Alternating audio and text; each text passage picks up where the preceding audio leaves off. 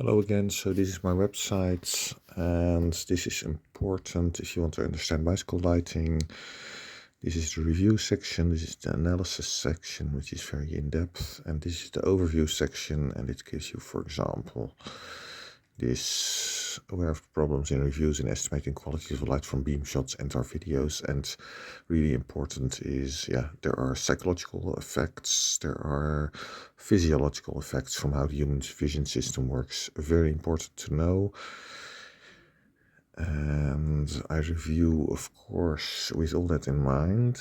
And one of the issues you need to do, one of the things you need to do is to mention. I need to put this on front. So this is the video daylight, Switzerland, and after this comes 3 videos, and they were from a user with the Igaro C1. First is with the Igaro C1, then comes a video with the B&M IQ-X cutoff lights, and then the Exposure Revo non-cutoff, but all running on Dynamo. And this road is pretty good, so it does not give you all the problems, issues that you get on really bad roads. There's few bad sections, this and this, that's all. And it's a bit darker because it's wet and you see them pretty well. It would be better if the light was, any of the lights were 3,500 Kelvin approximately. I think that's optimal color temperature to distinguish everything when it's wet. Now you can still see everything quite clearly from being darker, still a bit wet. But only these sections, because they're a bit lower, so the water gathers in these holes and lower sections, potholes here. So this is farm areas, and you get an idea of what it's like to then ride with these lights in such circumstances. Of course, you need to keep in mind the issues of bicycle lighting, that you don't see to the side everything that in reality you would see. So if here maybe it looked dark on the videos, but in reality you see something, or you can see something. That's what the reviewer needs to tell you. Okay, get a bit further. Here it ends. Then we go to the Igaro C1. Yeah, there's some issues with the adjustments of the camera of the phone to the lights, but I think now it's a bit better because there's a bit more light around me instead of trying it at night. So I remade this video. This is a near field beam. It's not quite even, and there is some darkness. It's darker here close to the bike, but this is not far either. This beam is meant for close to you when you're riding slowly, which means on, for example, path close to your house and you're riding slowly there. And only thing you need to do is just see the path well. That's it. And for that is perfect. It lights up very brightly, and this is not important because you're going slowly, and that there's some unevenness in the beam, also not really important because you're going slowly. You can see everything, activate everything, it works well. The newer version of the Igaro C1 firmware has a smooth transition, a fairly smooth transition in several steps from near to far beam. And I didn't make a video yet because there was an issue with the power output, and later also with the light not switching on, and that's a lot of issues, but that's when the capacitor was low, so I decided to wait until everything was fixed to make a video showing the transition from near field to far field as it is now, which is fairly smoothly, until I get back to Ukraine. Let's see, so I'm now in the Netherlands. So this is the Igaro C1 near field beam. Here you can see some pattern, but it's not too bad. This is the far field beam. You can see some unevenness, but it's not so bad. It is also, as a reviewer, I would say it's okay. It looks a little similar, and this is also darker here to the IQ-X, but that is worse because there's a very bright section far, then it gets very much darker and then a bit brighter again. It's really, really uneven. This is far less uneven. Yeah, you can see some patterns here, etc. But let's go a bit farther. Here comes the dark section. Yeah, you can see fairly well ahead. And you can see fairly far ahead. But you can see that on my videos as well. You can see 60 meters ahead or so without problem. Okay, this is approximately the end. Then we go to the B&M IQ-X, and one of the really, really annoying things about this is this. It annoyed me from the first time I used the IQ-X. I reviewed it on my website years ago. Hated it.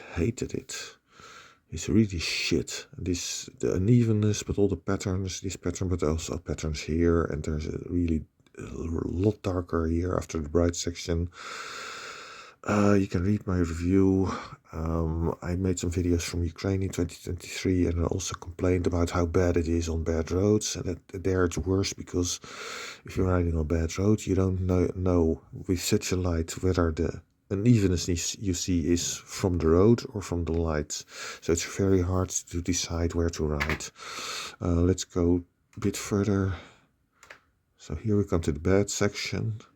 Yeah, you see it far ahead enough. However, once this bright section is gone, it is much darker. It gets hidden a little bit.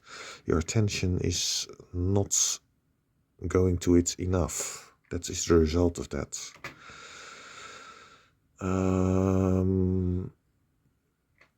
Yeah. Annoying. And here artifacts. This is the only good thing for if you're going fast. On descents, for example, but for the rest, I could not. I found it almost unusable in Ukraine, and I used the Lumitop B01 to fill in the near field light. Let's see. We come to the Exposure Revo, which is a non-cutoff beam, and I think it uses reflectors, but the reflectors are lenses that are circular, normally don't have artifacts, and the transition is fairly even, I mean from brighter to darker. That is one of the good points. Downside is this area close to you, fairly close to you, is almost always too bright. Farther away, it is not bright enough because not enough light is put there, contrary to the design of a cutoff beam, which is exactly meant to do that. It needs to be concentrated, the light in there, so you can't really do that with a normal round beam. And yeah, it suffers from too much light here, which also means not enough light far away is accentuated because the human vision system adjusts the brightness that you see in your brain from the brightest light source. So if it's too bright here, then everything else becomes darker. But let's go to the section that is a bit